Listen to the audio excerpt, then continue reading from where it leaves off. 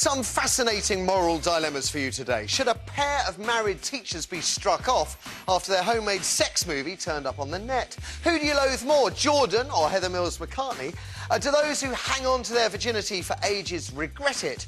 And how old is too old to be looking for monsters under the bed? That's The Right Stuff.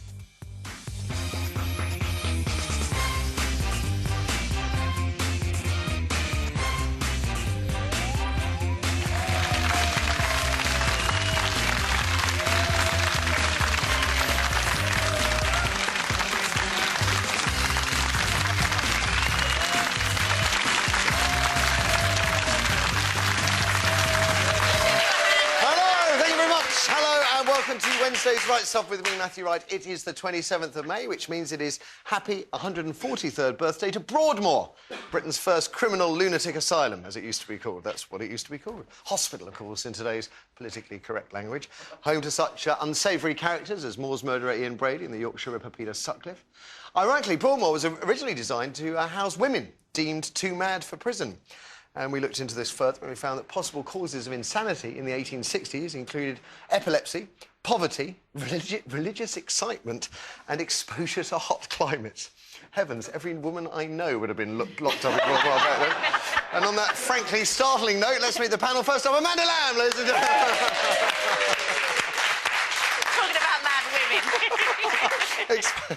You said it. I was originally in the script. I took it out. I was getting in before you did. Exposure to hot climates. I think it's fantastic. A cookery book, I hear, on its way. Yes, Market Kitchen. We're bringing out a cookery book. There's one of my recipes in there. Well, actually, it's my brother's recipe. But, yes, it comes out, I think, in August. So it's Good really... Because you came on, didn't you, a few I did. I loved it. I loved it. It's very nerve-wracking, curry. actually. Cooking on... I mean, I'm not a chef, It's the talking while cooking. At home, you know, you can just cook, but having to sort of talk about it, I think it's challenging. And do it in sort of 2 or 3 minutes. Saturday Kitchen, he found it very challenging at the weekend, didn't he? He sort of effed and blind his way through the whole thing. Sort of, you know, oh, dear, dear, dear. Next to Amanda, we have Dominic Holland, ladies and gentlemen. You look at Dominic Holland and you think of Leo Sayer, you think about You Make Me Feel Like Dancing. Yesterday, Dominic promised to show us. Right, did I really? You promised. Dance. We have all the equipment here, Dominic. We have all the equipment here. We have a pink tutu. A pink tutu. Do you know what? All morning they've been trying to get him to wear a radio mic so there's no cable. And I knew that they were trying to do this, obviously. Because you promised. What do we want? Dancing! When do we want it? What do we want? When do we want it? Right. I have no problem with dancing. I'll do I'm doing river dance. Under the test. I'm dancing good. I can't dance. My son dances professionally. It's your size and everything. All my energy has gone into top. If I danced live on telly, Matthew, my kids would never, ever speak to me again. So give me the thing. OK.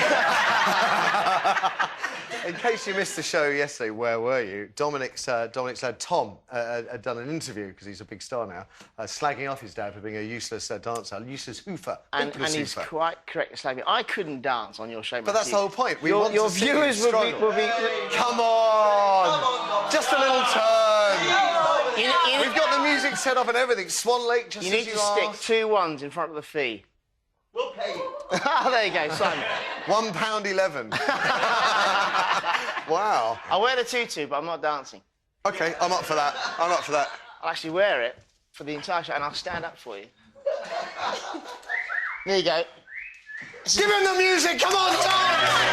I'll take the chair away. River dance! Do some arms, do some arms. Lovely. Do you realise now? God. Tom was right, wasn't he?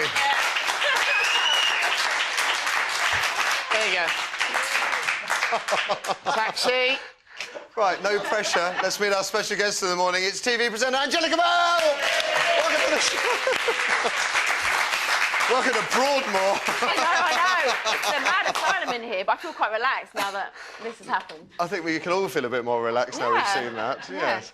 OK, Angllica made the leap from a children's TV to adult telly, which sounds dirty, a couple of years ago, and is now a roving reporter on The One Show.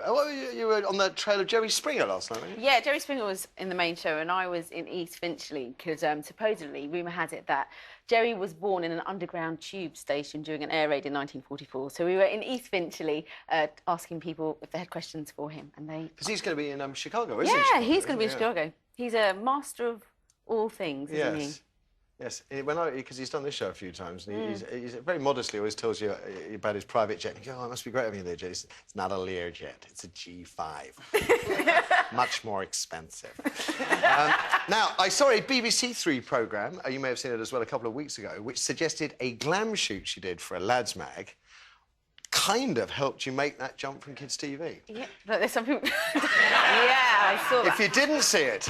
Oh, have a butcher's at this. No. She graduated from chaotic kids presenter to BBC One prime time. But was it the sexy shoot that made her a success? Yeah, what do you want to know? I want to know why you did it, why you did FHM, and how was it, and the backlash, all of those big things, really. First thing I'm going to say is it was the best thing I ever did.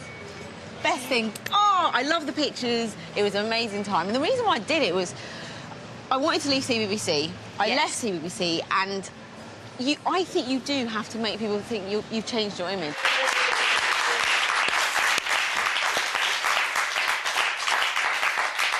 I've never seen Dominic look so interested in anything we've done on this show, by the way. We all love the pictures. Must have taken some nerve, though, because it is a gamble, isn't it, children? Yeah, I think that people... You're so cast as sort of squeaky clean in kids' TV. Not that you're not. No, clearly.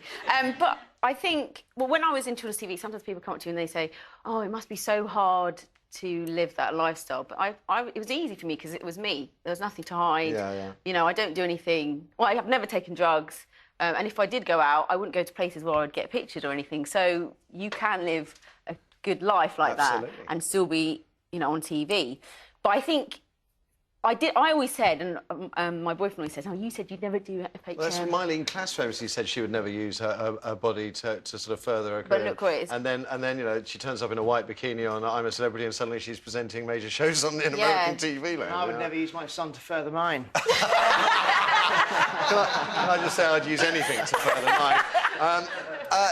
What about your family? What did they think? I didn't tell him. Did you It was not? funny, I had a call from my mum going, Angllica, call me. And I was like, oh, she's found out, because it was put in the mirror and stuff.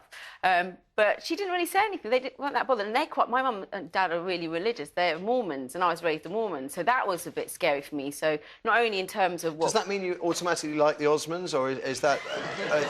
It's funny, growing up, when I would go to church, the Osmonds would be... When they'd come over here, they'd be at the same church, and I'd just see all the Osmonds. So it wasn't a big deal, it's just... And I didn't even know who they were, because I was so young, but...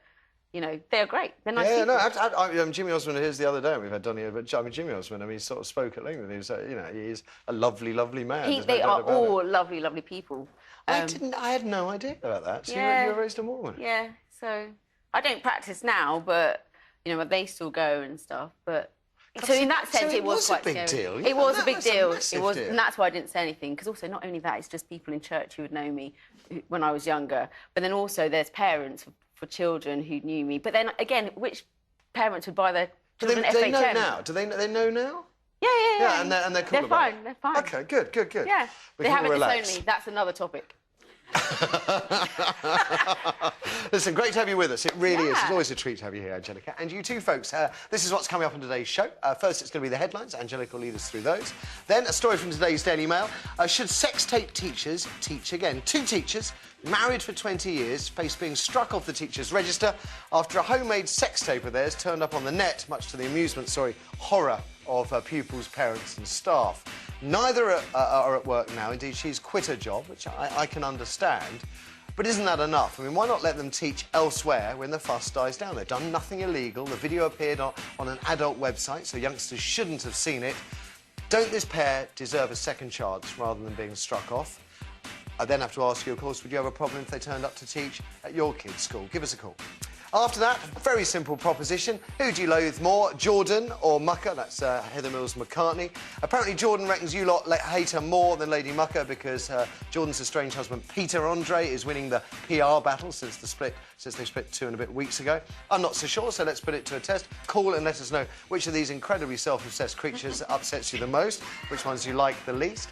Then, can you lose your virginity too late in life? I know, we're supposed to be encouraging young people to hang on to it for as long as they can. But the actress Brooke Shields, who didn't do it until she was 22,